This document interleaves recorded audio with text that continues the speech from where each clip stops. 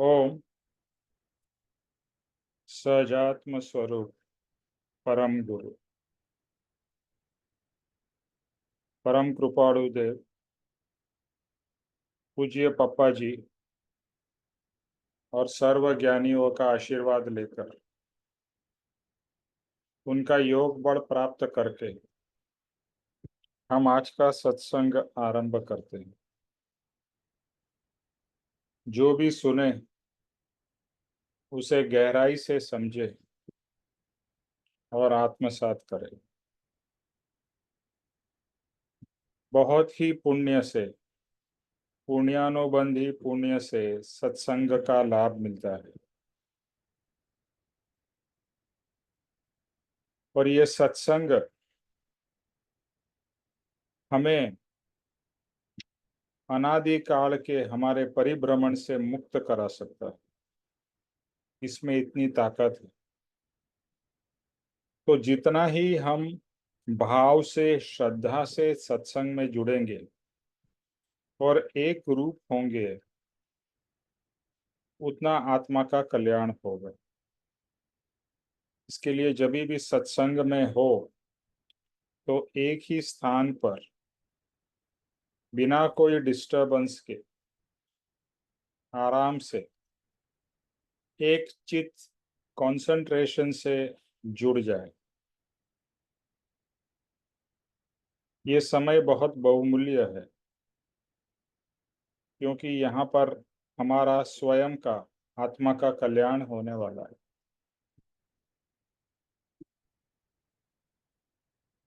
अभी हम मंत्र स्मरण से शुरू करते हैं, जो पहले भी हमने किया है। जितनी बार ये मंत्र स्मरण होगा, सिर्फ यहाँ पर सत्संग में ही नहीं बट दिन में भी जितनी बार आप ये मंत्र स्मरण करोगे, उससे आपको एक तो पहले शांति की अनुभूति होगी, दूसरा आत्मा के नजदीक आप ये मंत्र स्मरण द्वारा पहुंच सकते हैं। मंत्र में बहुत ताकत होती है और ये मंत्र ज्ञानी पुरुष के द्वारा दिया गया मंत्र है।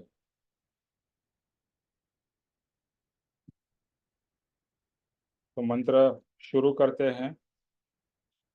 आंख बंद करके प्रभु के सामने भावपूर्वक बैठे और मंत्र के भाव में एक रूप हो जाए। मैं शांत स्वरूप शुद्ध चैतन्यमय आत्मा हूँ। मैं शांत स्वरूप शुद्ध चैतन्यमय आत्मा हूँ। फिर से एक और बार मंत्र रिपीट करते हैं। मैं शांत स्वरूप शुद्ध चैतन्यमय आत्मा हूँ। मैं कौन हूँ? जो दिख रहा है, क्या वो शरीर हो या जो अदृश्य है, जो चेतना शक्ति अदृश्य है, कि मैं वो हूँ?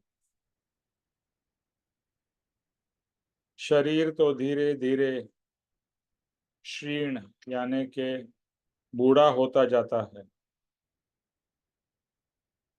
लेकिन ये आत्मा जो है, अंदर की जो चेतना शक्ति है, वो वैसे की वैसी ही है। उसको और शरीर को डायरेक्टली कोई रिलेशनशिप नहीं है। जैसा आपको आनंद बचपन में आता था, वैसा ही आनंद आज भी आ सकता है, अगर आप अपने आप को बूढ़े न समझे तो, उम्र लायक न समझे तो। हम हमेशा अपने को शरीर से जोड़ते हैं। इसके लिए लगता है कि मेरी सो एंड सो उम्र हो गई, मैं अभी मिडिल एज हो गया या बूढ़ा हो गया, और अभी कितने दिन बाकी है। शरीर के लिमिटेड डेज है, लेकिन आत्मा तो अनलिमिटेड है। और ये आत्मा इतना शक्तिशाली है कि जिसका आप कोई अंदाजा तक लगा नहीं सकते। जैसे जैसे आत्मा यानी कि मैं स्वयं शुद्ध होता जाऊंगा, अपवित्रता से पवित्रता की तरफ जाऊंगा, तो मेरे अंदर में अद्भुत शक्तियां प्रकट होंगी। उस शक्ति में रुक नहीं जाना है, उस शक्ति में घुल मिल नहीं जाना है। वो शक्तियां एक प्रूफ है कि मेरे आपके आत्मा की प्रगति हो रही है। जैसे आप कोई चीज सोचो और वो हो जाए, या आप किसी को याद करो और सामने से उनका फोन आ जाए। छोटी छोटी चीजें और बड़ी बड़ी चीजें भी होंगी, लेकिन ये तो आत्मा का जो प्रमाण है उसके कारण हो रहा है। जैसे हम कहते हैं कि भगवान कुछ भी इच्छा करे वो सफल हो जाती है, तो हम भी परमात्मा स्वरूप है। आज हमारी इच्छाएं पूरी इसके लिए नहीं होती है क्योंकि इच्छा हमारी स्वार्थी है, संसार की है, शरीर की है, पवित्र नहीं है, मलिन इच्छाएं हैं। जब भी पवित्र इच्छाएं शुरू होगी कि मुझे आत्मा का कल्याण करना है, सबके प्रति प्रेम भाव रखना, सबके प्रति आदर भाव रखना, सबसे मैत्री भाव रखना, कोई ऊंचा बड़ा जात पात धर्म उस तरह से नहीं देखना है। क्योंकि अगर मैं आत्मा हूं तो सामने वाला जीव भी आत्मा ही है। ये तो हमने ये सब जात पात धर्म बना दिए हैं। कोई सफेद है यानी गोरा है, कोई काला है, कोई पीला है, कोई ब्राउन है। शरीर ब्राउन है, शरीर पीला है, सफेद है या काला है, लेकिन आत्मा तो अरूपी है। उसका कोई रंग ही नहीं है। यानी कि मेरा कोई रंग नहीं है। भले मेरा शरीर सांवला हो, वो तो शरीर का रंग है, मैं तो आत्मा हूँ। अरूपी, अरंग, यानी इसका रंग ही नहीं है। मैं तो ऐसा एक अद्भुत पदार्थ जो मैंने आज तक जाना नहीं है। और परम कृपाणु देव पूज्य पप्पा जी और सर्व ज्ञानियों का आशीर्वाद से मुझे अभी स्वयं को जानने की, पहचानने की तक मिली है। तो मैं अपने आप को जानूं, मैं कौन हूं। और जो चैतन्य शक्ति इतनी अद्भुत है, ऐसा कहा जाता है कि 100 सूर्य, जितने सूर्य है वैसे 100 सूर्य से भी ज्यादा अधिक शक्तिशाली ये आत्मा है। और आप जानते हैं कि सूर्य की शक्ति या उसकी तेज कितना जोरदार है। हमें तो थोड़ा ही इस पृथ्वी पे सूर्य का प्रकाश मिलता है, लेकिन वो प्रकाश भी कितना हमारे जीवन के लिए अमूल्य है। तो 100 सूर्य से भी ज्यादा शक्तिवान हमारा आत्मा है, यानी कि हम स्वयं। तो आज तक हमें अपनी ही शक्ति का ख्याल या पता ही नहीं था। और आज भी वो शक्तियां दबी हुई है, प्रकट नहीं हुई है। तो बस इस मार्ग से, इस सत्संग से ये जो अंतरंग में रही हुई शक्ति प्रकट करनी है। तो मैं कैसा हूं? तो मैं शांत स्वरूप। परम कृपाणु देव कहते हैं धर्म क्या है? धर्म यानी कि शांत होना या शांत हो जाना, वही धर्म है। धर्म और कुछ नहीं है। अशांति में से शांति में आना, वही धर्म है। ये सब धर्म की जो भी क्रियाएं हम करते हैं, जप तप व्रत, सभी क्रिया, वो सब एक आत्मा को प्राप्त करने के लिए है। और आत्मा का स्वभाव का अनुभव करने के लिए, तो ज्ञानी हमेशा कैसे रहते हैं? शांत स्वरूप में रहते हैं।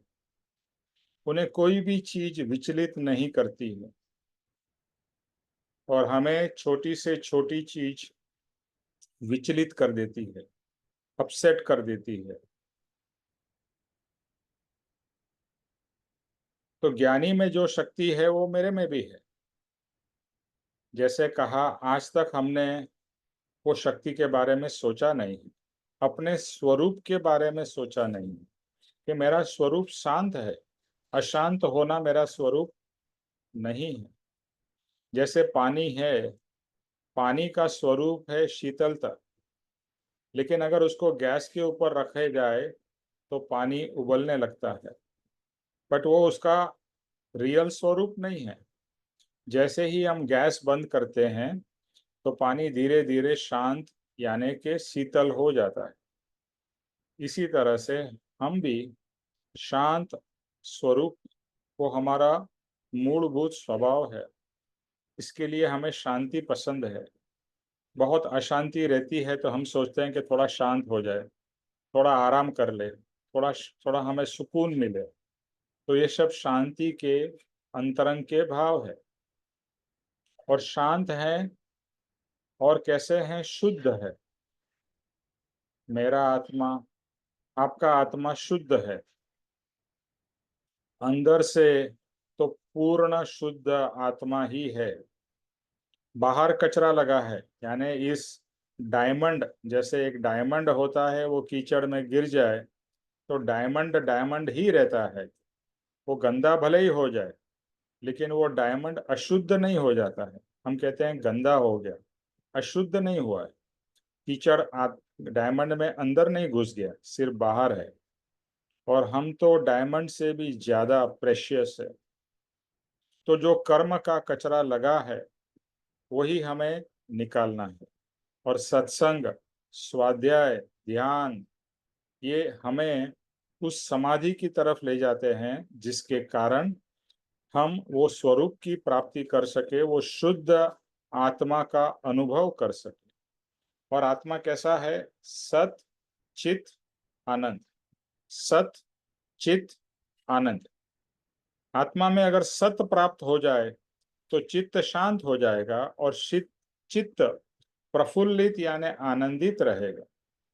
हम हर समय दुखी रहते हैं, टेंशन में रहते हैं, स्ट्रेस में रहते हैं। ये हमारा स्वभाव नहीं है। ये गैस के कारण जैसे हम उबलने लगते हैं, वैसे हम बाह्य कारणों से उबलने लगते हैं। कोई भी बाह्य सिचुएशन होती है और हम अपसेट हो जाते हैं।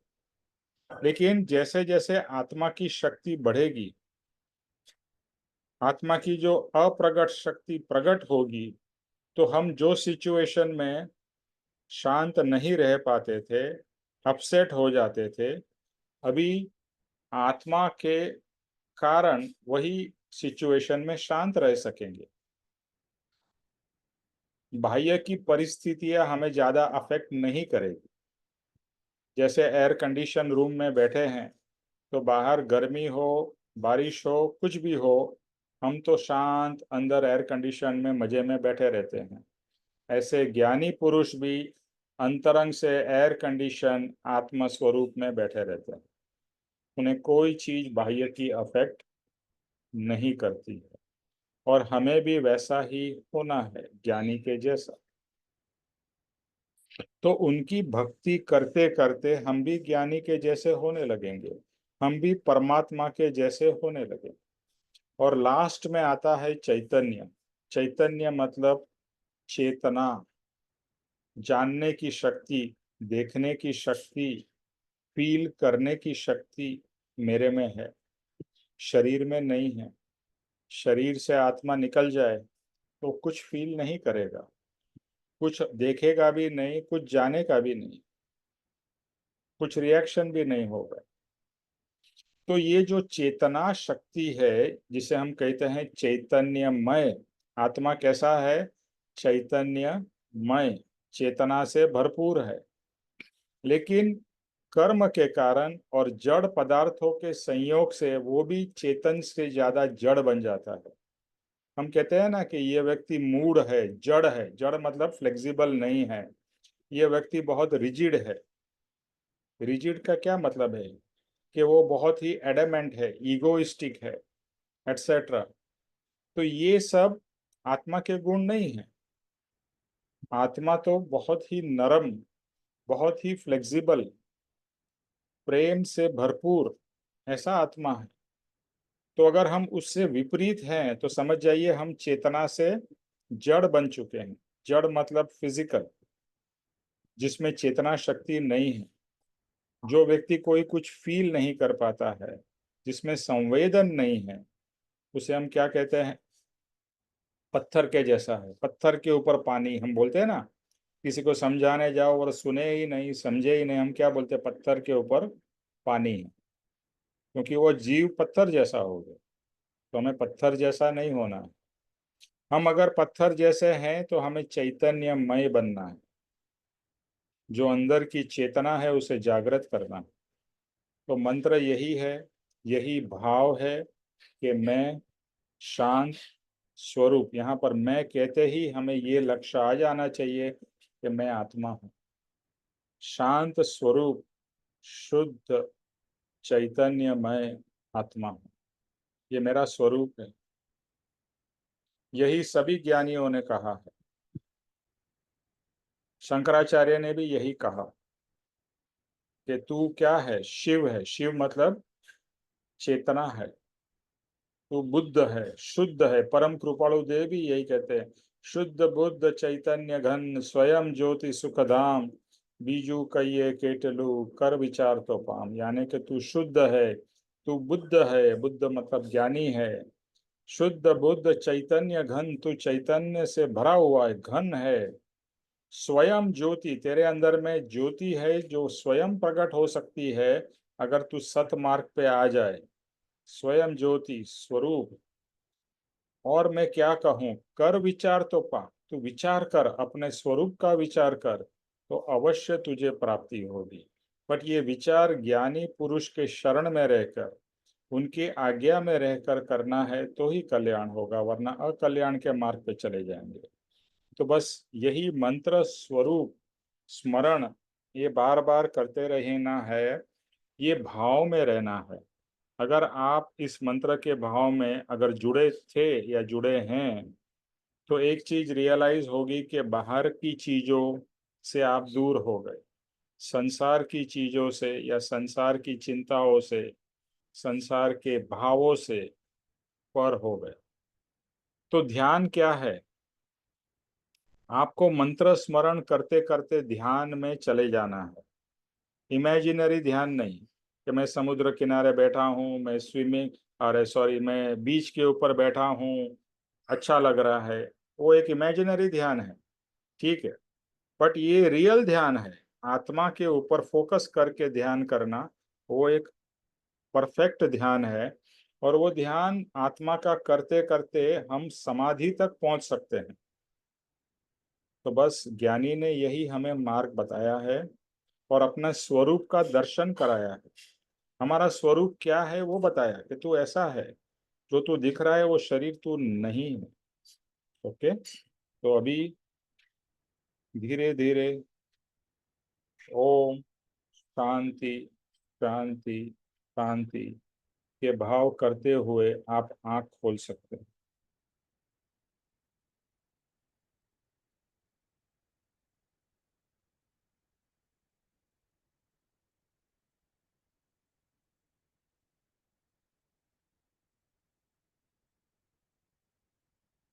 ये मंत्र स्मरण सबको अच्छा लगता है? अच्छा लगता है। हेलो। हाँ, मुझे भी अच्छा लगता है। हाँ निमेश भाई, बहुत अच्छा पीसफुल लगता है। है। और एक्चुअली हमें करना ही चाहिए ये सत्संग हमारे शुरू होने से पहले ना, डेली, जिससे वो भाव आ जाता है फिर। और मैं आप सबसे रिक्वेस्ट करूंगा कि यही मंत्र को, एकदम सिंपल मंत्र है, ये कोई धर्म से जुड़ा हुआ मंत्र नहीं है, ये अपने आत्मा से जुड़ा हुआ है और आत्मा की प्राप्ति का मंत्र है। कल ही मैं सत्संग में गया था, तो वहां पर पप्पा जी के एक वचन के बारे में बात हुई। पप्पा जी का वचन है कि शुद्ध आत्मा का ध्यान करते हुए, शुद्ध आत्मा का ध्यान करते हुए और वही इच्छा करते हुए कि मुझे शुद्ध आत्मा का अनुभव करना है और उसका ही लक्ष्य, उसका ही ध्यान, उसी का पुरुषार्थ अगर आप करते रहोगे तो एक न एक दिन अवश्य आपको वो शुद्ध आत्मा का अनुभव होगा, उसका दर्शन होगा। और जैसे पहले भी हमने बताया है कि हम जब भी कहते हैं कि हम परमात्मा का दर्शन कर रहे हैं, तो परमात्मा का दर्शन तो मूर्ति में करते हैं, राइट? लेकिन जो रियल परमात्मा का दर्शन, वो हमारे स्वयं के शुद्ध आत्मा का दर्शन, वही रियल में परमात्मा का दर्शन है। तो जब तक वो होता नहीं है वो दर्शन, तब तक हम बाह्य चिन्ह को, यानी कि बाह्य आत्मा, प्रतीक को, जैसे मूर्ति हो गई, प्रेम हो गई, जैसे परम कृपाणु देव की चित्रपट हो गया, उसका आधार लेके हम कर सकते हैं। लेकिन धीरे धीरे बाहर से हमें अंतरंग, यानी अपने ही अंतरंग परमात्मा का दर्शन करना है, ये भाव रखना है। और कैसे परमात्मा, परमात्मा जैसे ही कहते हैं उसका मतलब ही है शुद्ध आत्मा, परम आत्मा, शुद्ध आत्मा। ओके, तो अभी हम प्रभु प्रार्थना कर रहे हैं। इसके अंदर में, इस कविता के अंदर में परम कृपाणु देव ने जो ये 15-16 साल की उम्र में लिखी है, उसके अंदर में इसका टाइटल ही है प्रभु प्रार्थना, प्रभु को प्रार्थना। क्या प्रार्थना है? उसका जो पहला छंद है कि जड़हड़ ज्योति स्वरूप तू, केवल कृपा निधान, प्रेम पुनित तुझ प्रेर जे भय भंजन भगवान।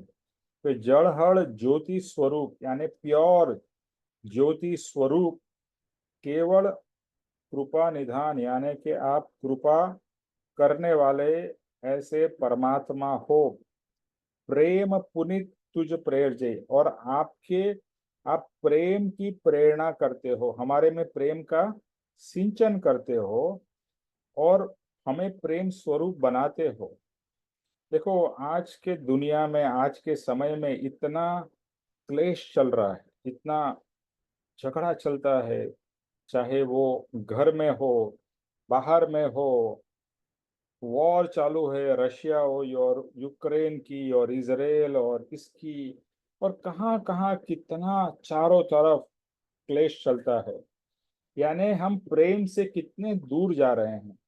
हम द्वेष से, द्वेष समझते हैं ना, हेट्रेड, हम हेट्रेड से भरते जा रहे हैं अपने आप को।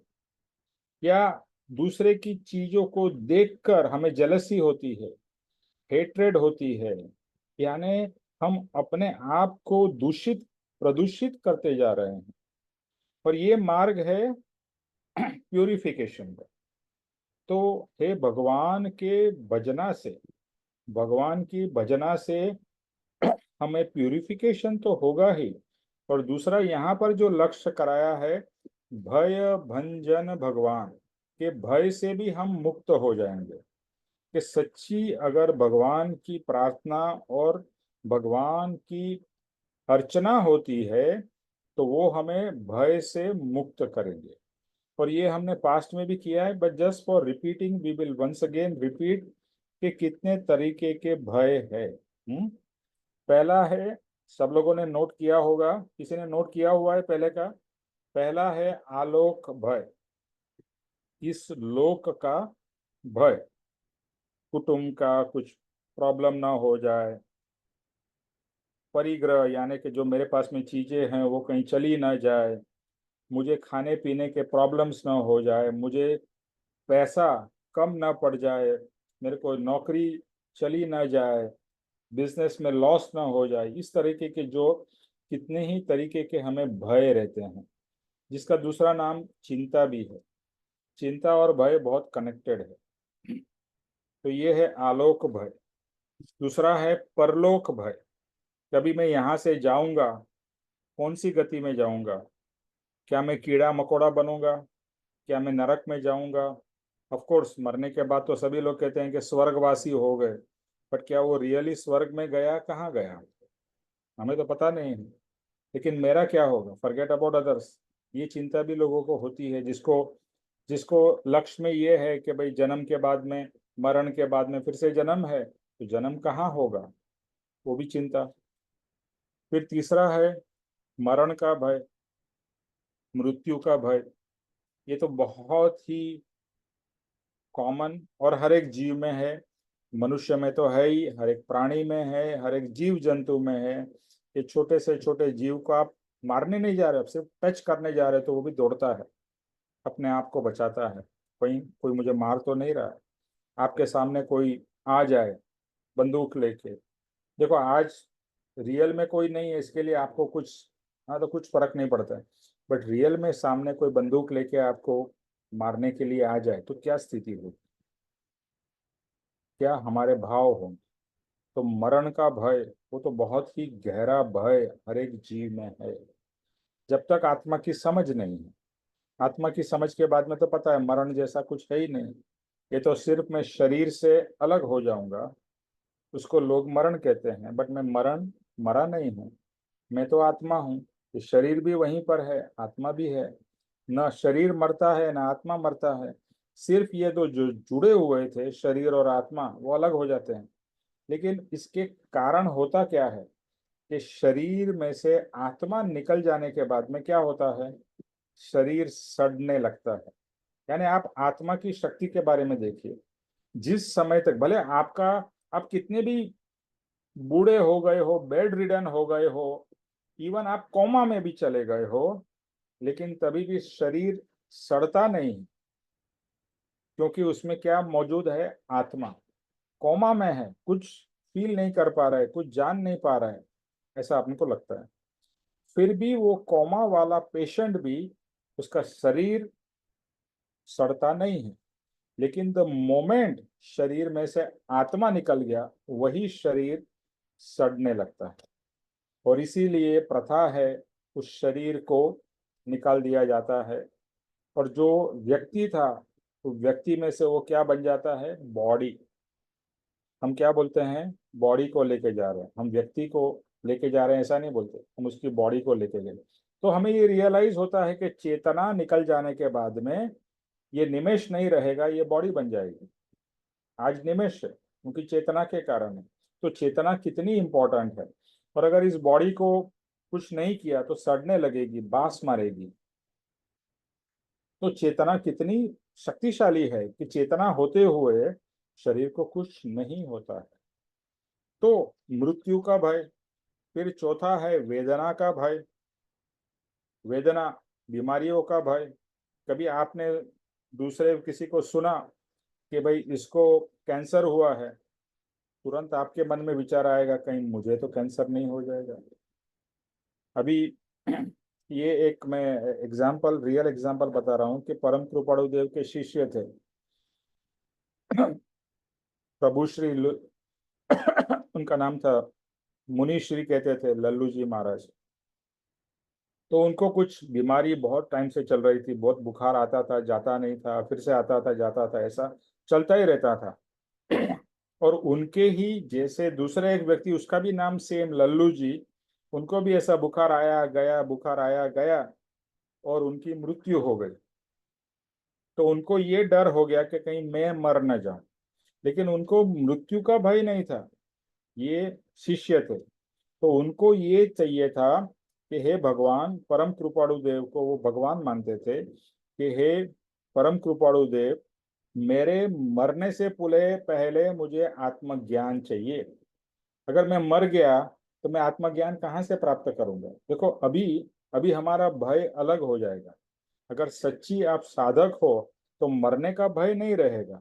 बट भय ये हो सकता है कि मरने से पहले क्या मैं आत्मा की प्राप्ति कर सकूंगा या नहीं कर सकूंगा। तो अभी हमारा सबका गोल, आप सबको पता है, एक ही होना चाहिए, self realisation before we leave the body. कि शरीर छोड़ने से पहले आत्मा ज्ञान आत्म दर्शन करके जाना है। But that is called as samkit, या self realization, and that is the most important point of spiritual progress. वो एक बार हो गया, कृपाणु देव कहते हैं, पप्पा जी कहते हैं, एक बार समकित हो गया। समकित मतलब सम्यक दर्शन, यानी आत्मा का दर्शन हो गया, जो हमने स्टार्टिंग में बताया। वो एक बार प्रॉपर दर्शन हो गया, वो फिर आपको वही झलक आत्मा की बार बार रहेगी और वही भाव रहेगा कि वो जो दर्शन हुआ वैसा दर्शन मुझे वापिस करना है, वैसा ही आत्मा का अनुभव मुझे वापिस करना है। And that will keep on propelling you towards मोक्ष। अल्टीमेटली वो आपको मोक्ष की प्राप्ति कराएगा। इसके लिए ज्ञानी लोग कहते हैं कि बहुत सोच समझ के इस मार्ग में आना, क्योंकि एक बार तू इस मार्ग में आ गया और तुझे सम्यक दर्शन या सेल्फ रियलाइजेशन हो गया, फिर तू चाहे या न चाहे तेरा मोक्ष हो जाएगा। इवन इफ यू से कि नहीं अभी सम्यक दर्शन हो गया, मुझे मोक्ष नहीं चाहिए, यू हैव नो चॉइस, आपको वो मोक्ष तक लेके जाएगा। ऑब्वियसली मोक्ष इज अवर अल्टीमेट गोल, निर्वाण मोक्ष। तो वेदना का भय। फिर पांचवा है अरक्षा भय, यानी कि जगत में मेरी रक्षा करने वाला कौन होगा? अगर मुझे प्रॉब्लम्स आएंगे तो मेरी कौन रक्षा करेगा? क्या पुलिस रक्षा करेगी? क्या मुझे कोई गुंडे के पास में जाके प्रोटेक्शन लेना पड़ेगा? या मैं बीमार होऊंगा तो डॉक्टर सही मिलेगा नहीं मिलेगा? यानी जो अलग अलग तरीके से ये होता है कि मेरी रक्षा कौन करेगा, who will be my protector. अगुप्ती भय, यानी कि अपनी जो चीजें मैंने मान ली है कि ये मेरा है, ये मेरा है, ये घर मेरा है, गाड़ी मेरी है, ये पत्नी मेरी है, ये पति मेरा है, एटसेट्रा एटसेट्रा, कहीं वो चला गया तो, वो छूट गया तो क्या होगा? तो जो मेरा है वो चले जाने का भय। देखो पप्पा जी ने बहुत अच्छा बताया था कि मेरा मतलब क्या, अटैच मतलब मोह। क्योंकि जैसे पास्ट में हमने काफी बार बताया है, अगर मैं आत्मा हूं तो न ये शरीर आत्मा का है, न ये परिवार आत्मा का है, न ये घर आत्मा का है, न धन दौलत जो भी कह लो कुछ भी नहीं है। क्यों? क्योंकि जब भी आप जाओगे इसमें से क्या क्या ले जा सकते हो? शरीर नहीं ले जा सकते हो, परिवार नहीं ले जा सकते हो, घर नहीं ले जा सकते हो, गाड़ी नहीं ले जा सकते हो। आप जो भी आप जिसके लिए पूरी जिंदगी मेहनत करते हैं और पीछे लगे रहते हैं, उसमें से एक भी चीज आप लेके जा नहीं सकते। Now if you are a intelligent person, या आप में विवेक है, सोचने और समझने की शक्ति है, तो फिर अपने को सोचना है कि जो चीज मेरे साथ में आने वाली ही नहीं है, उसके पीछे मैं क्यों इतनी ज्यादा मेहनत कर रहा हूँ, क्यों मैं इसके पीछे इतना पड़ा हुआ हूँ। घर चाहिए, चाहिए मूवमेंट के लिए, इससे गाड़ी चाहिए, सब कुछ चाहिए, मैं ना नहीं बोल रहा हूँ, लेकिन हम इतने मर मर के जीते हैं और इतने टेंशन में रहते हैं इन सब चीजों को लेकर। It is not required. क्योंकि आप कितना भी धन इकट्ठा कर लो, अभी धीरू भाई अंबानी ने इतने करोड़ों करोड़ों रुपए जमा किए, कितने पैसे लाके गए? कुछ नहीं। एक भिखारी भी है, जैसा भिखारी गया वैसे ही धीरू भाई अंबानी गए, टेकिंग नथिंग। भले भिखारी के पास में कुछ नहीं था तो भी शायद उसके पास में 5-25-100 रुपए होंगे शायद, वो भी नहीं ले जा सकते हैं। आप एक पैसा भी नहीं ले जा सकते, आप कुछ नहीं, आपकी जो जो प्रिय चीजें हैं, कैन नॉट टेक एनीथिंग। तो फिर where should be our focus? What is going to stay with us और what is not going to stay with us? आज तक हमारा effort has been on temporary things which is not going to stay with us. What is permanent, उसके ऊपर तो लक्ष्य ही नहीं गया। आत्मा परमानेंट है, तो परमानेंट चीज के ऊपर ही लक्ष्य नहीं है। शरीर जो टेम्पररी है उसके ऊपर लक्ष्य है, बाकी सब चीजें जो टेम्पररी है उसके पीछे पड़े हुए हैं। तो कहते हैं इसका भय। फिर सातवां है अकस्मात भय। अकस्मात मतलब कहीं एक्सीडेंट ना हो जाए, कहीं कुछ ना हो जाए। कहीं एक्सीडेंट का मतलब यही नहीं कि रोड पे ऊपर हो, आप बाथरूम में स्लिप ना हो जाओ, स्लिप हो गए, हड्डी टूट गई, फ्रैक्चर हो गया, अकस्मात किसी भी तरह का अकस्मात, कहीं कुछ आग ना लग जाए, whatever, so many different kinds of accidents are there। तो ये 7 प्रकार के भय हैं। अभी ये हम क्यों रिपीट कर रहे हैं? क्योंकि हम सबको भय है। कोई भी ऐसा है जो भय के बिना रहता है? Is there anybody in this group जिसको कोई भी भय नहीं है? और अगर स्थूल भय नहीं है तो सूक्ष्म भय तो होता ही है, सूक्ष्म। जो शायद हमें पता भी नहीं है कि हमारे को ये भय है। इनसिक्योरिटी, है ना, वो भी एक भय ही है। Because you don't feel secure, you are insecure. Secured को कोई टेंशन नहीं। करना फकीरी फिर क्या दिलगिरी, कुछ जाने वाला ही नहीं है तो क्या डरना। तो अभी हम आते हैं इसके आगे के पद के ऊपर।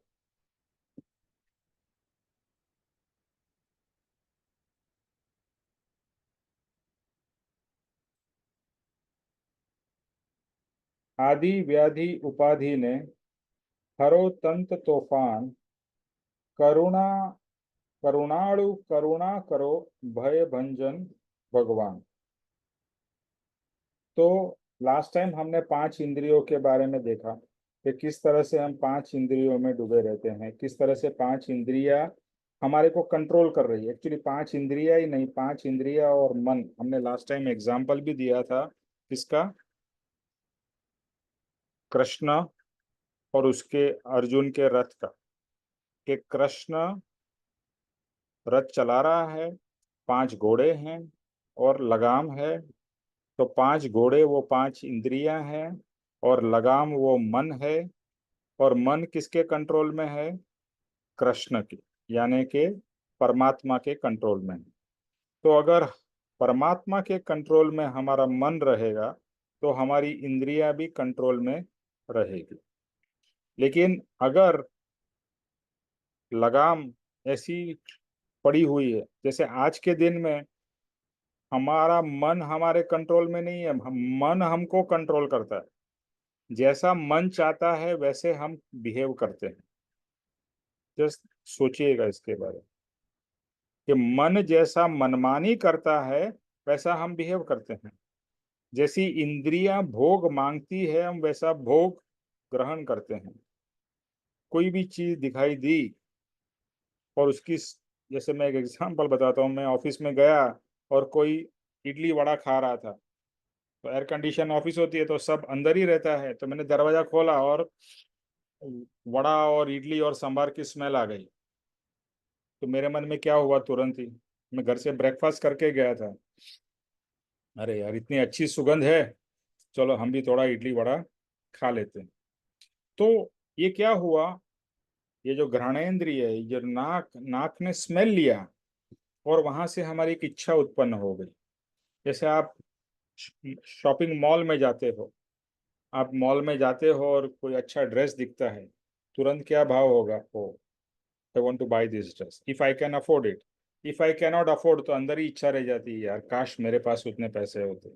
आपने अच्छा ब्यूटीफुल नेकलेस देखा डायमंड का, बहुत पसंद आया, क्या भाव होगा? काश मेरे पास होता।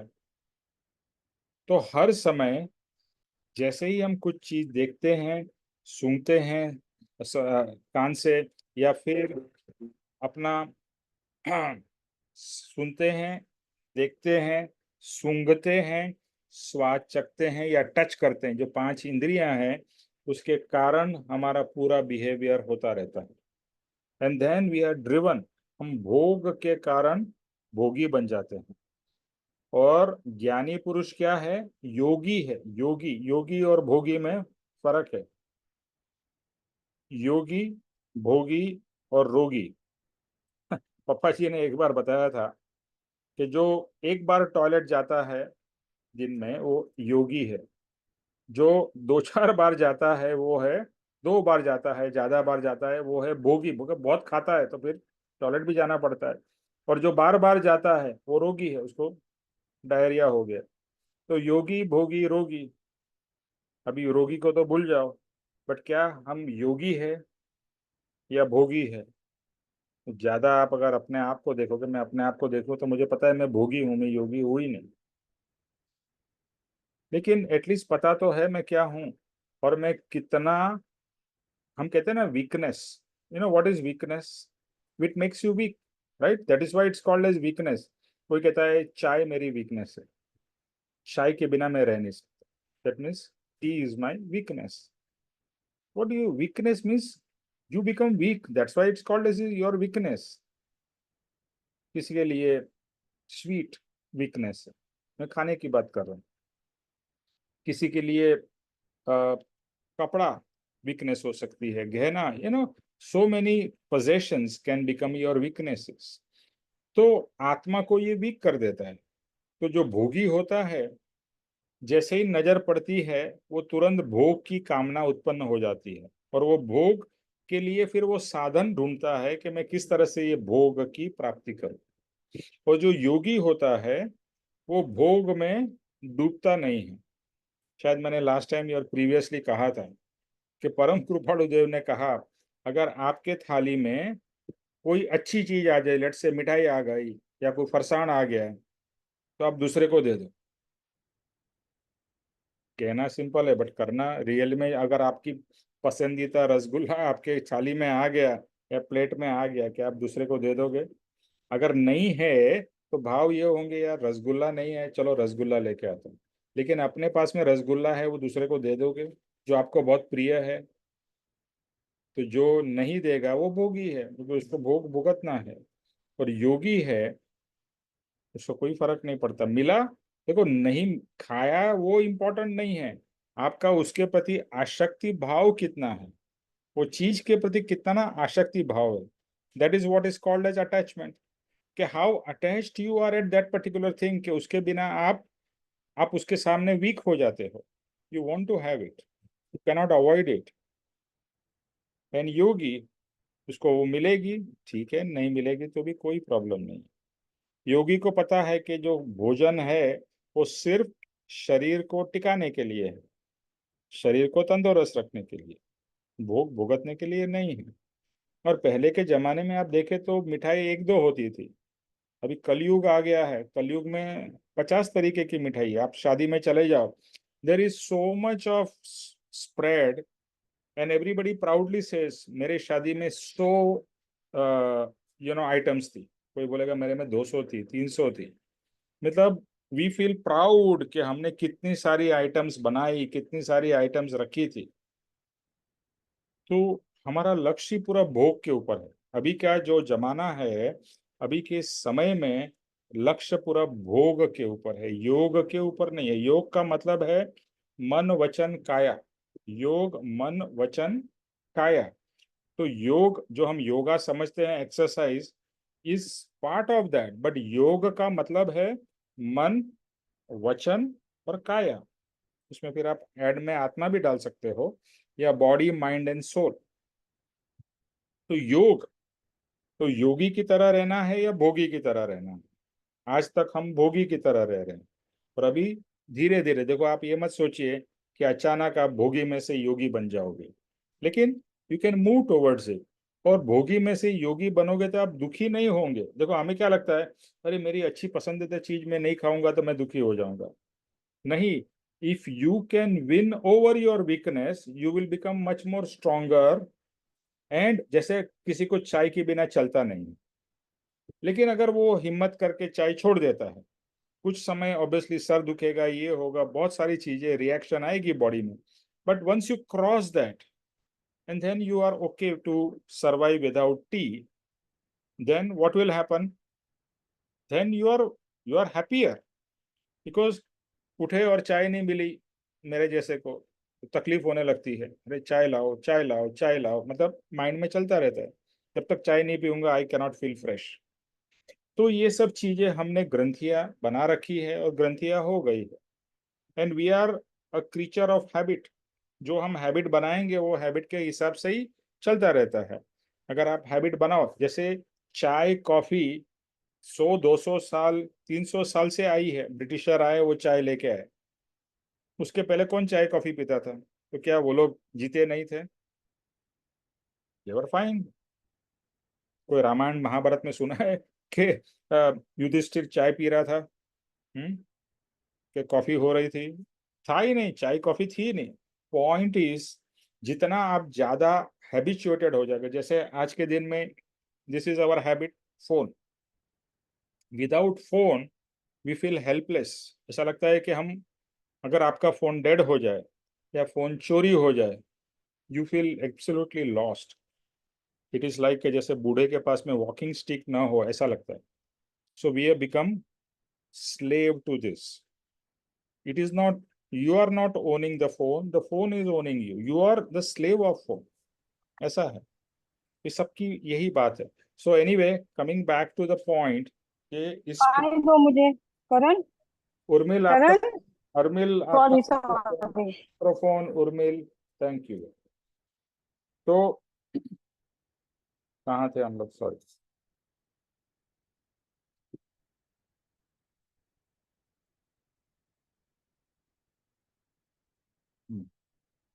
तो अभी हम आते हैं, ये 5 इंद्रियों की बात हो गई। अभी हम आते हैं दूसरी बात पे, आदि, व्याधि, उपाधि। ये पद मैं गाता हूँ। आदि व्याधि उपाधि ने हरो तंत तूफान, करुणाणु करुणा करो भय भंजन भगवान।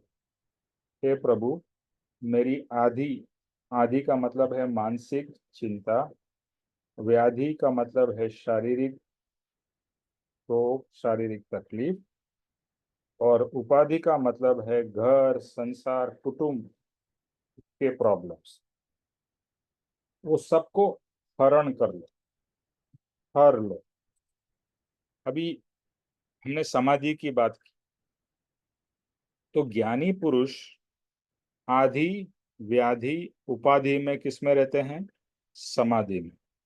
उनको मानसिक तकलीफ हो तो भी समाधि में है, उनको गहरी से गहरी बीमारी है शारीरिक, तो भी वह समाधि में है। और अगर उनकी कुटुंब में कोई प्रॉब्लम है, घर में दूसरे जगह पे कुछ प्रॉब्लम्स है, रिलेटिव्स में प्रॉब्लम्स है, कहाँ भी समाज में प्रॉब्लम्स है, कोई भी चीज में वो किस में है? समाधि में है। एक बार मैं पापा जी के पास बैठा था, तो पापा जी ने कहा 2 तरीके की समाधि होती है।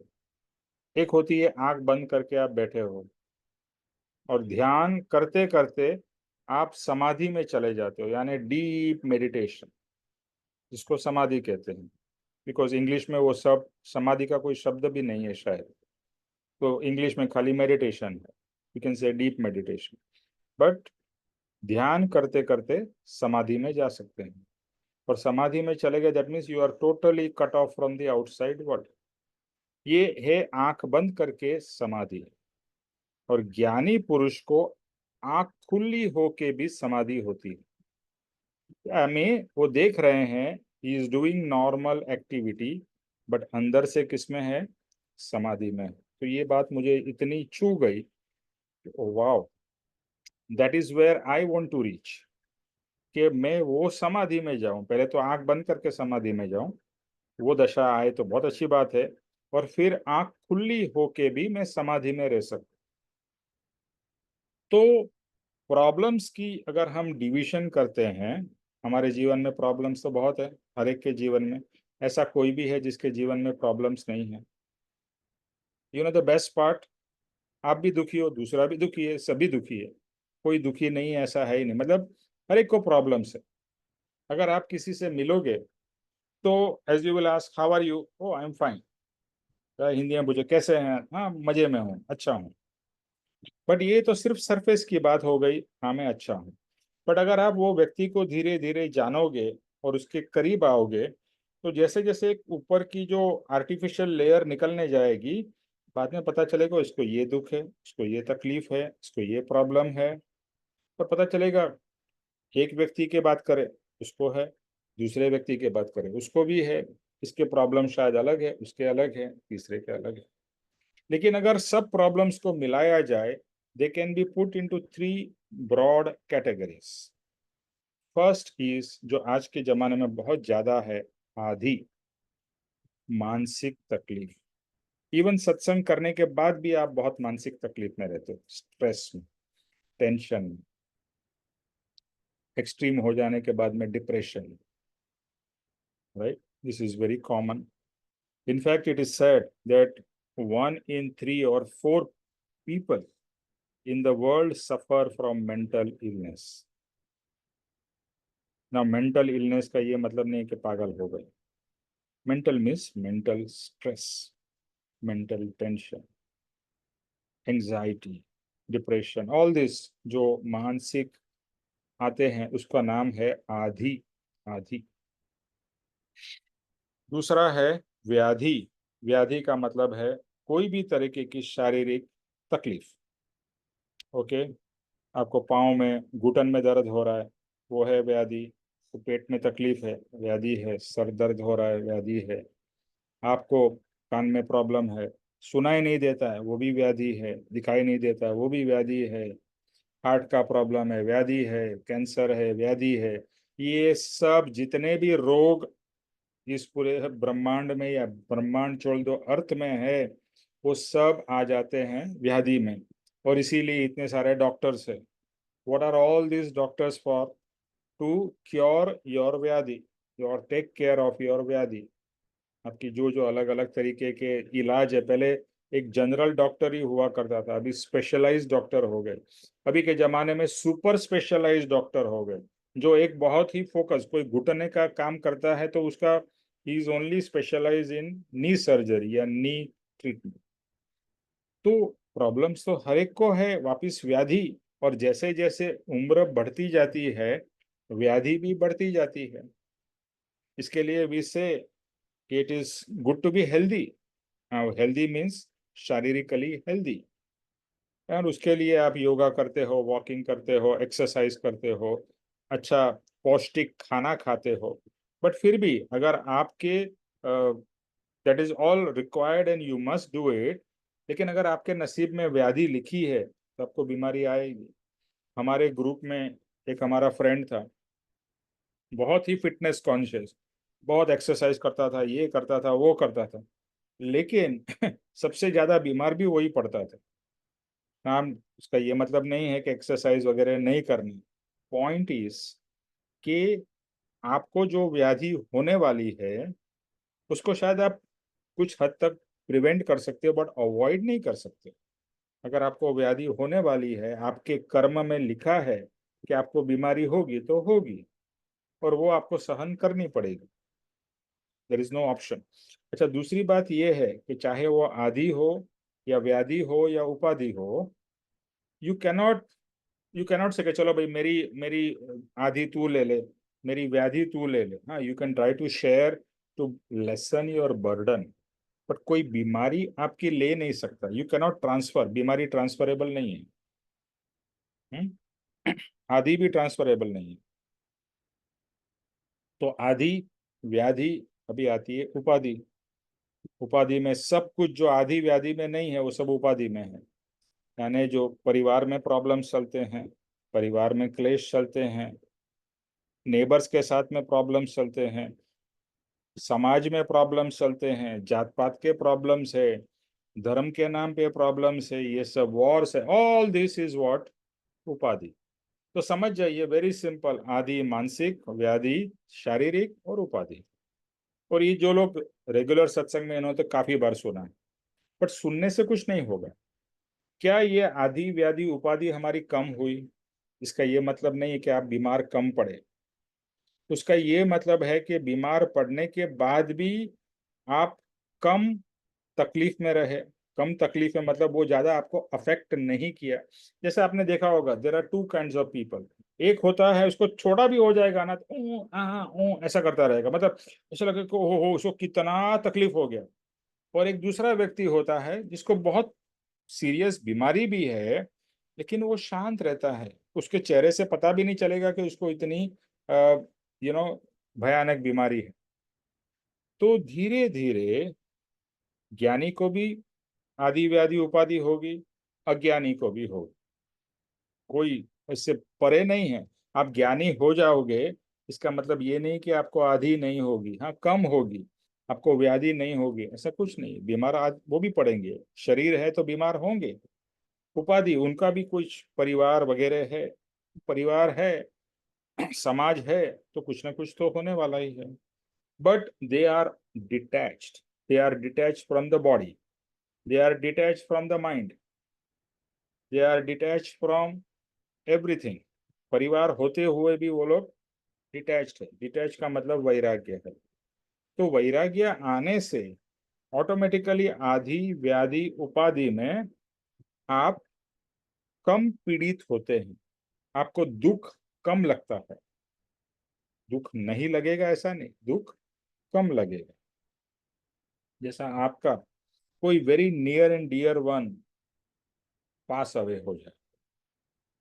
कृपाणु देव ने एक जगह पे लिखा है, थोड़ा कृपाणु देव तो एकदम स्ट्रेट फॉरवर्ड लिखते हैं कि अगर किसी का 20 साल का लड़का गुजर जाए, लड़का या लड़की, कैसा इफेक्ट होगा।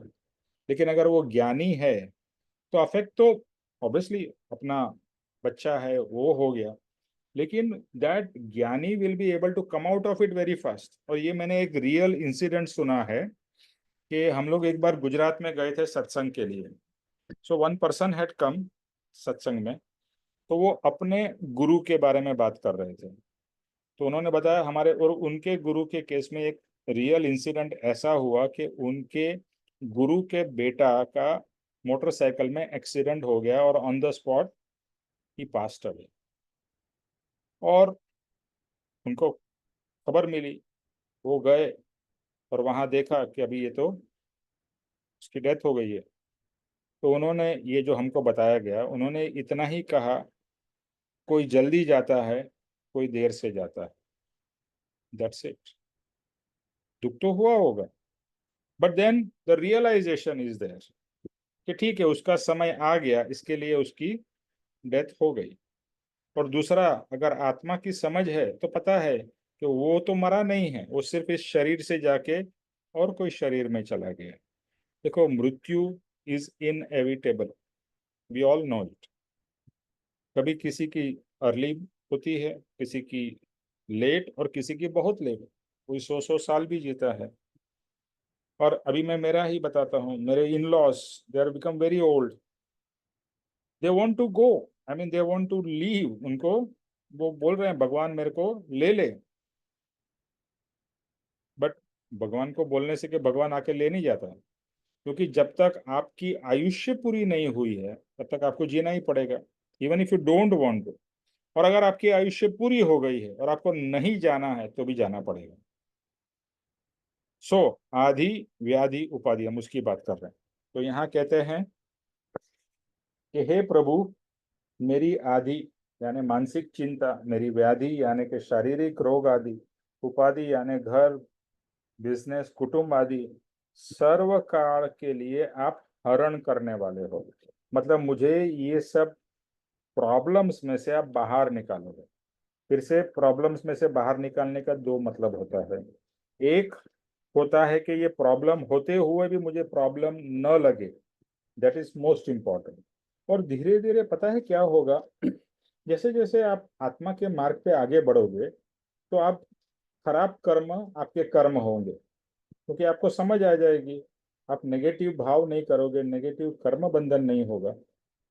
तो नेगेटिव कर्म बंधन जब भी नहीं होगा तो इन द फ्यूचर आपको नेगेटिव यानी कि तकलीफें भी अपने आप कम होगी, नहीं होगी ऐसा नहीं है, कम होगी। तो दो तरीके से, एक तो अगर प्रॉब्लम्स होगी तो भी आपको प्रॉब्लम नहीं लगेगी, और दूसरा आपकी आत्मा की दशा बढ़ते बढ़ते यानी कि नेगेटिव कर्म कम होते होते अपने आप प्रॉब्लम्स भी कम होने लगेंगे। आपके परिवार में भी संप होने लगेगा, आपके परिवार में भी एक अच्छा वातावरण रहेगा, आपके चारों तरफ भी फर्क पड़ेगा। तो ये आत्मा का प्रताप है। जैसे जैसे ये होगा, तो इसका मतलब ये नहीं है, फिर से कहता हूँ कि कोई प्रॉब्लम्स नहीं होंगे। राम को भी प्रॉब्लम आए, महावीर को भी आए, बुद्धा को भी आए और कृष्ण को भी आए, सबको आए। But how they dealt with this, that is the most important thing. तो हर एक को आने वाले हैं। कृपाणु देव कहते हैं ज्ञानी अज्ञानी दुख रहित न कोई, प्रॉब्लम से रहित दोनों ही नहीं है दोनों को प्रॉब्लम से, लेकिन एक वेदे रोए, एक वेदे शांति से, एक शांति से उसको एक्सेप्ट कर लेता है और दूसरा रोता रहता है, हाँ मेरे को ये हुआ, मेरे को ये हुआ, मेरे जीवन में ये प्रॉब्लम है। कुछ लोग होते हैं आप देखो तो मिलो तो रोना ही शुरू कर देते हैं, मतलब उसके जीवन में ऐसा लगता है कि कोई प्रॉब्लम्स ही प्रॉब्लम्स है। प्रॉब्लम आपके जीवन में भी उसके जीवन में भी है, but how you deal and how you dissociate from. देखो जब भी आप डिटैच होते हैं इसका मतलब ये नहीं कि आप प्रॉब्लम को सॉल्व नहीं कर रहे हो, आप डिटैच होके प्रॉब्लम को सॉल्व करते हो। और एक होता है अटैच्ड होके प्रॉब्लम को सॉल्व करना, जैसे डॉक्टर है, डॉक्टर भी बीमारी का प्रॉब्लम सॉल्व कर रहा है, बट वो कैसे कर रहा है, डिटैच्ड होके, अटैच्ड होके नहीं, डिटैच्ड होके। he does everything what is required but detached, so for that doctor this is another patient, और जो करना है वो करता है। सो कहते हैं कि आदि व्याधि उपाधि को आप हरण कर लेते हैं, और ये जो सब प्रॉब्लम से मेरे जीवन में जो तूफान आते रहते हैं, यानी कि कर्म के कारण जो उपद्रव होता है, तो देखो कर्म ऐसा है ना, कोई अच्छा चल रहा होगा अचानक कुछ हो जाएगा, बुम करके उल्टा हो जाएगा सब कुछ। तो ये जो उपद्रव हमारे जीवन में आते हैं उसके है करुणानाथ, आप करुणा करके अभी वो दूर करो, क्योंकि आप ही एकमात्र सर्व प्रकार के दुख और भय को तोड़ने वाले, भंग करने वाले प्रभु अथवा भगवान हो, और आपके सिवाय मेरा दूसरा कोई रक्षक नहीं। मेरा रक्षा करने वाला कौन है, भगवान आप।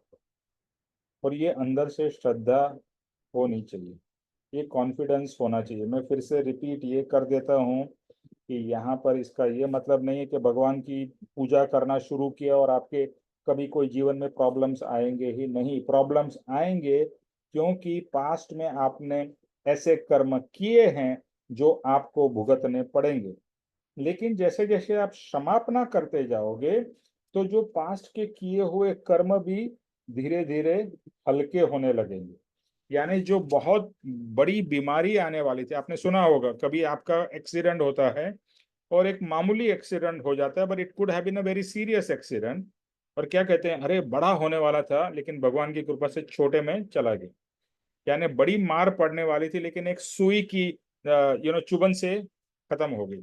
मतलब बड़ा कर्म हमारे को हिट होने वाला था, लेकिन प्रभु कृपा से वो छोटा होके छोटा सा चोट पहुंचा के चला गया। मतलब उसका इफेक्ट आया लेकिन जो डेंजरस इफेक्ट था वो एकदम माइल्ड इफेक्ट होके चला गया।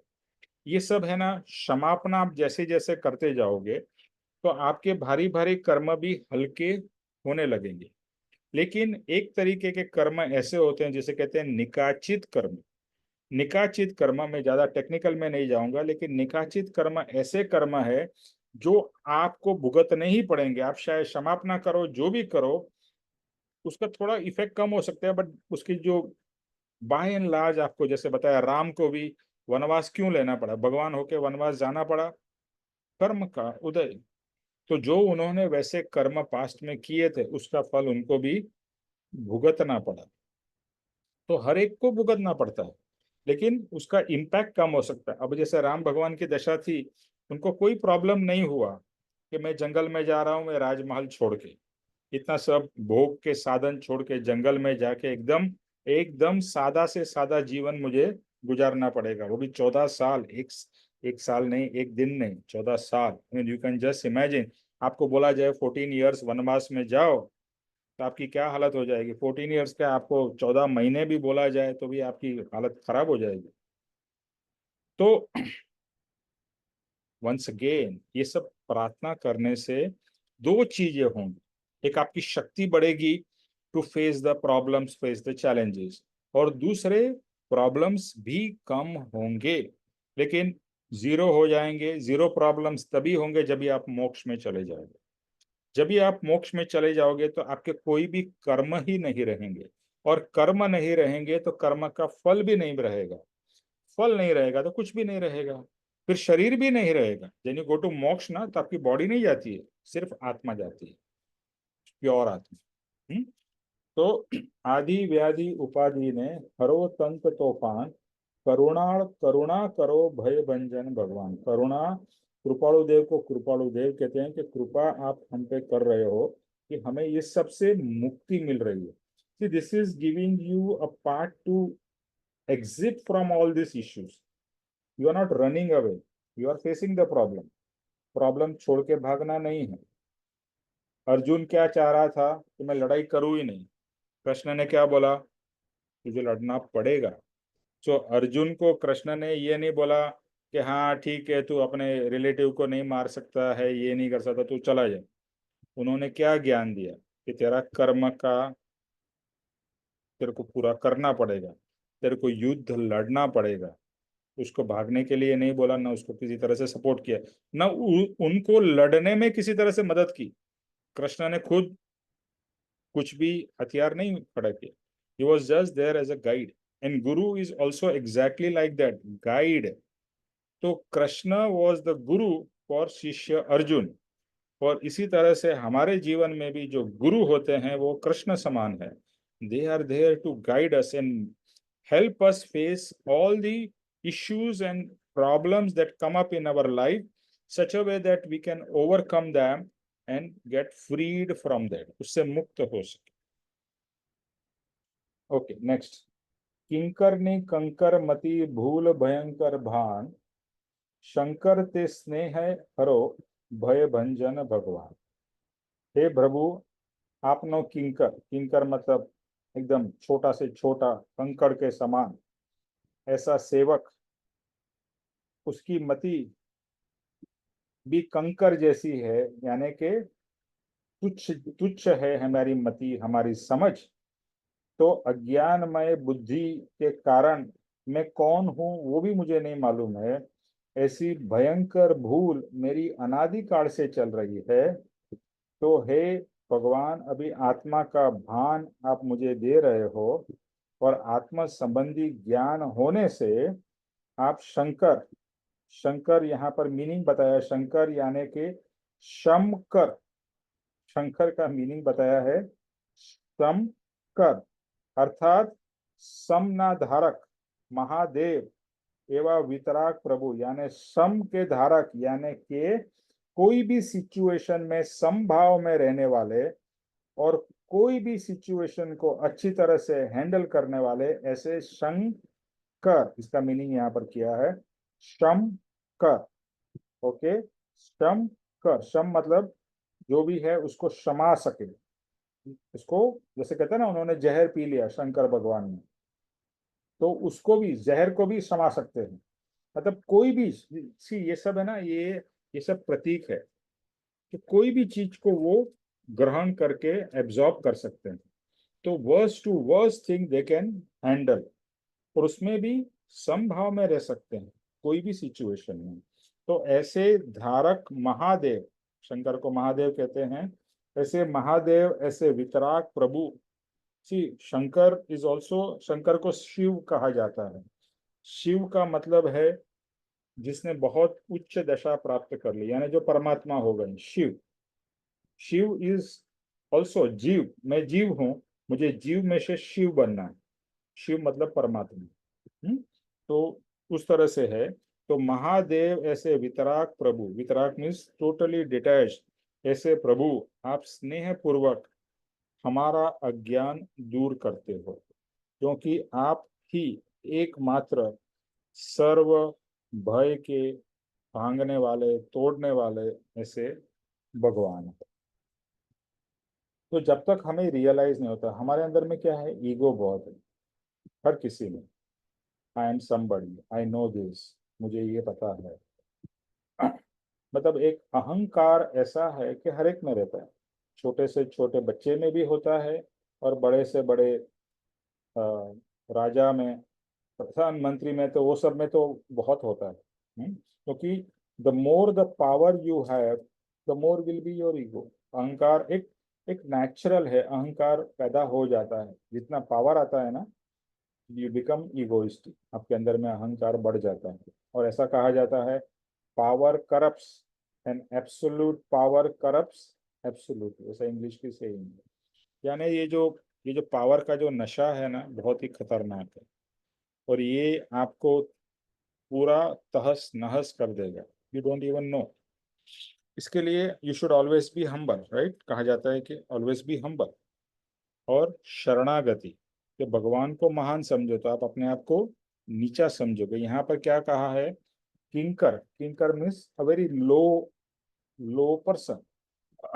किंकर की कंकर मति, कि मेरी मति कैसी कंकड़ जैसी है, ऐसी भूल भयंकर हो चुकी है भगवान मेरी। क्योंकि भले मेरे में ईगो कितना भी हो, मुझे यही नहीं पता है कि मैं आत्मा हूँ।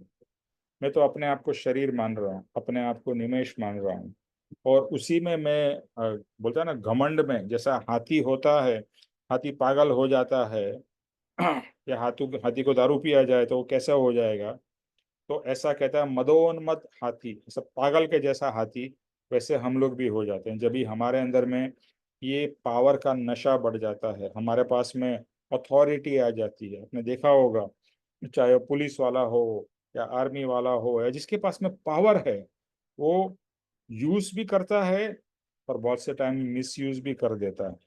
क्योंकि now nobody to stop, nobody to ask, nobody to question, can you do it every in any way. और अभी इसमें आर्मी और पुलिस या दूसरे व्यक्ति की बात नहीं, हमें अपने बारे में सोचना है, क्या मेरे में कितना अहंकार है, कि मुझे जो भी चीज पता है उसका अहंकार तो होता ही है। ओ आई नो दिस, मेरे जैसा इसमें अच्छा कोई नहीं है। तो अहंकार आपका नाश करता है, सर्वनाश करता है। इनफैक्ट अहंकार, कृपाणु देव ने कहा है, अगर मान नहीं होता, सुनिएगा ये वचन, अगर मान नहीं होता तो इसी भव में आपका मोक्ष हो जाता। मतलब moksha would have been very near to you अगर आप में मान नहीं होता। तो हमें अगर लगता भी हो ना कि मेरे में मान नहीं है तो कृपाणु देव का ये वचन याद करना और फिर अंदर देखना कि कहाँ कहाँ पर मान छुपा हुआ है। So this path is not about looking at others. This path is at looking at yourself. सिर्फ अपने आप को ही देखते रहना है कि where am I, what is happening with me, how I am behaving. और spiritual progress की निशानी क्या है? Spiritual progress की निशानी ये है कि in the most adverse condition, और in most नहीं adverse condition और unpleasant condition, how do you behave? That is your sign. क्या आप मिसबिहेव करते हो, उसमें फंस जाते हो, किसी ने गुस्सा किया और तुरंत आप भी गुस्सित हो जाते हो, यानी कि क्रोधित हो जाते हो, वो झगड़ा करता है और आप भी झगड़ा करने लगते हो, वो मारता है तो आप भी मारने लगते हो। And I am just giving this as an example. तो हाउ यू आर रिएक्टिंग और not reacting, if you keep on reacting, आपकी दशा नहीं है। और आप शांत हो रहे, जैसे कहा ना स्टार्टिंग में, धर्म का मतलब है शांत हो, कितना आप शांत होते हो। शांत का ये मतलब है in the most adverse condition also आप शांत। और शांत फोर्सफुली नहीं, मुझे गुस्सा नहीं करना, मुझे गुस्सा नहीं करना, ये शांति नहीं है, तो क्रोध ही है कि आप क्रोध को सिर्फ दबाने की कोशिश कर रहे हो।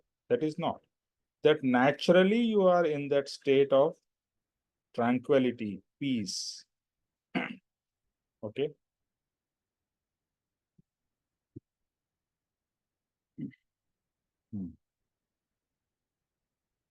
फिर लास्ट, सॉरी, आज का लास्ट, थोड़ा और भी बाकी है। शक्ति शिशु ने आप जो भक्ति मुक्ति नुदान, तुझ जुक्ति जाहिर छे भय भंजन भगवान। हे प्रभु, शक्ति शिशु को देना, शक्ति शिशु, शिशु मतलब बालक, राइट।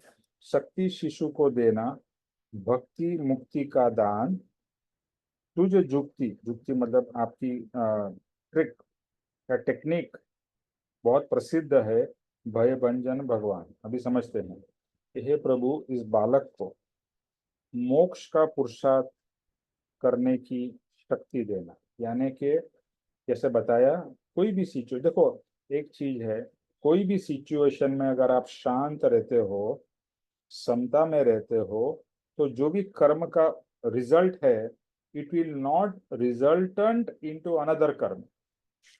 कर्म का प्रोसीजर ऐसा है या सिद्धांत ऐसा है कि जैसे लेट्स से गुस्सा, सामने वाले ने गुस्सा किया और आपने भी गुस्सा किया, तो आपका कर्म का उदय हुआ, यानी कि पहले का गुस्से का कर्म का उदय आया और कोई सामने व्यक्ति आके आपसे झगड़ा करता है, तो आपके कर्म का उदय आया, क्या, झगड़े का।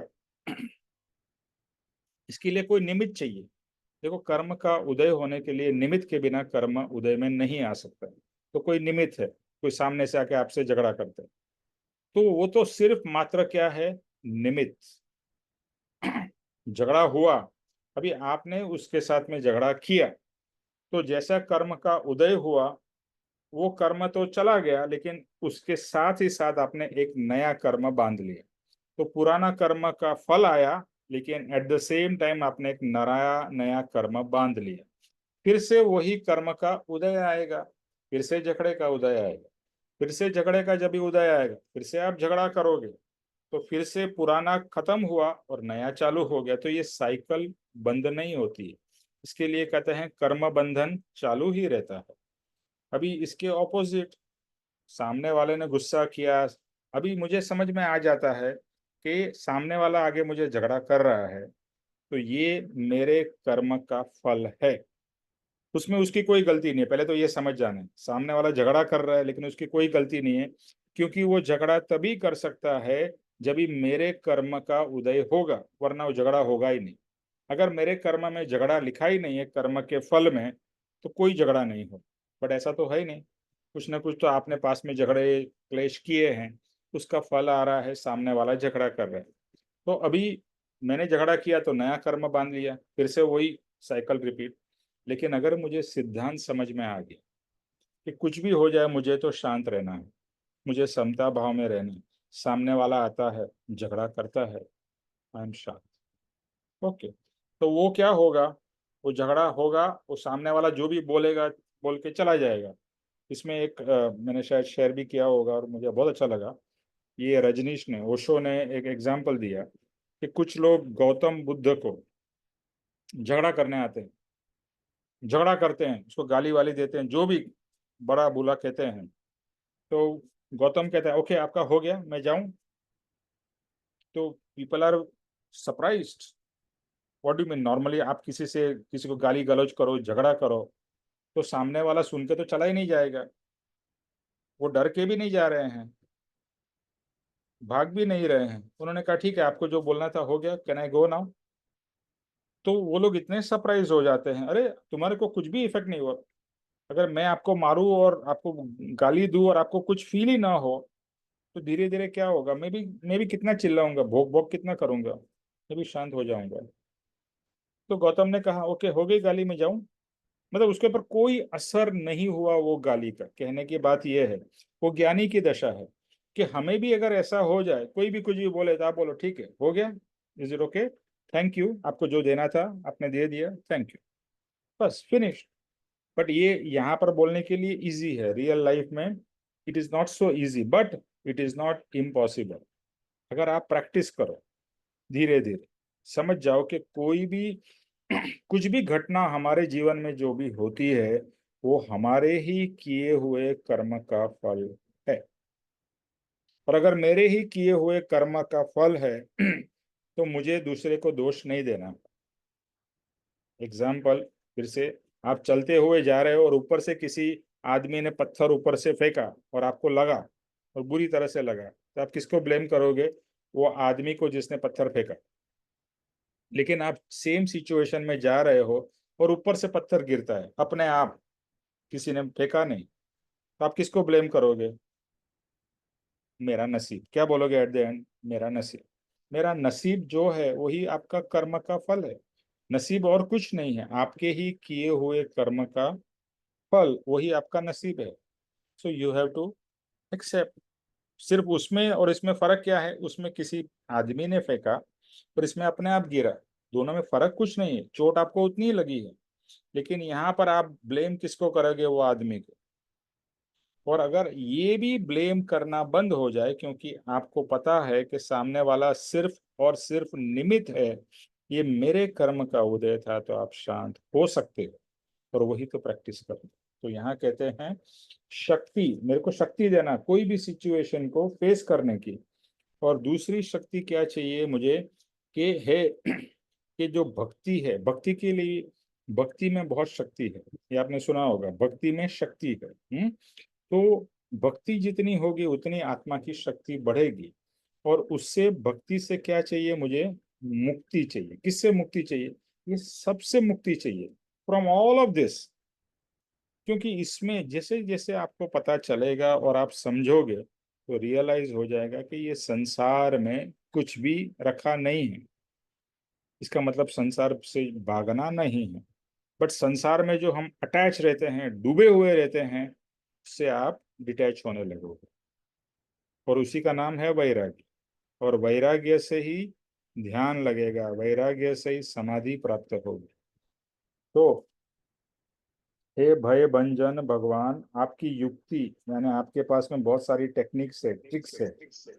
ज्ञानी के पास में बहुत सारी टेक्निक्स, ट्रिक्स है, जिससे हम इसमें से बाहर निकल। आई थिंक किसी का माइक चालू। निमेश भाई, हाँ बोलो। मैं अब छोड़ रही हूँ, मेरा समय का टाइम हो गया। हाँ बस हो गया, अपना भी टाइम पूरा हो गया। ओके ठीक है, किसी को कुछ पूछना है, बोलना है, कहना है?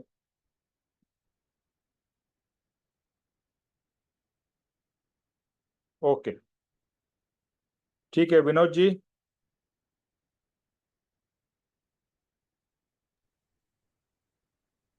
जी सर, हम्म। जय स्वरूप करो। हाँ जी। जय श्री सदगुरुदेव वंदन। जय स्वरूप समझा बिना पाम्यो दुख अनंत, समझा ते पद नव श्री सदगुरु भगवान। नमस्कार। परम पुरुष प्रभु सदगुरु परम ज्ञान सुखधाम, जय में जय ने आप लोग भान निर्ते ने सदा प्रणाम। नमस्कार।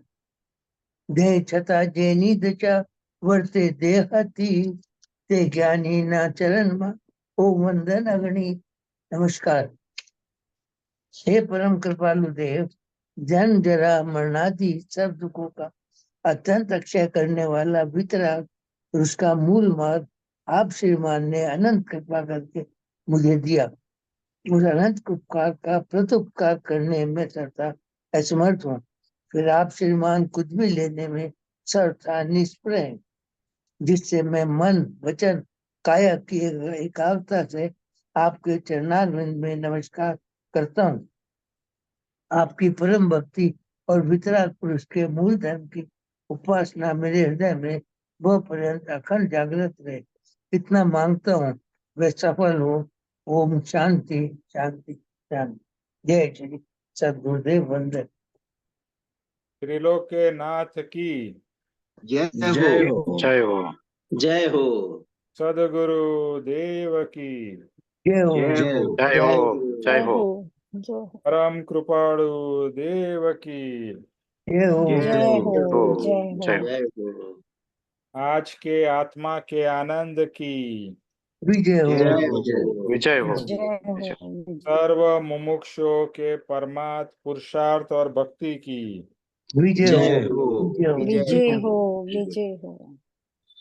सबका कल्याण हो, सबका आत्म कल्याण हो, सबको शांति मिले। जैसे हम कहते हैं ना, भगवान उनके आत्मा को शांति दे, वो तो गया, वो तो उसकी शांति तो मांगो, अच्छी बात है, लेकिन जो अंदर है उसकी आत्मा की शांति मांग लो।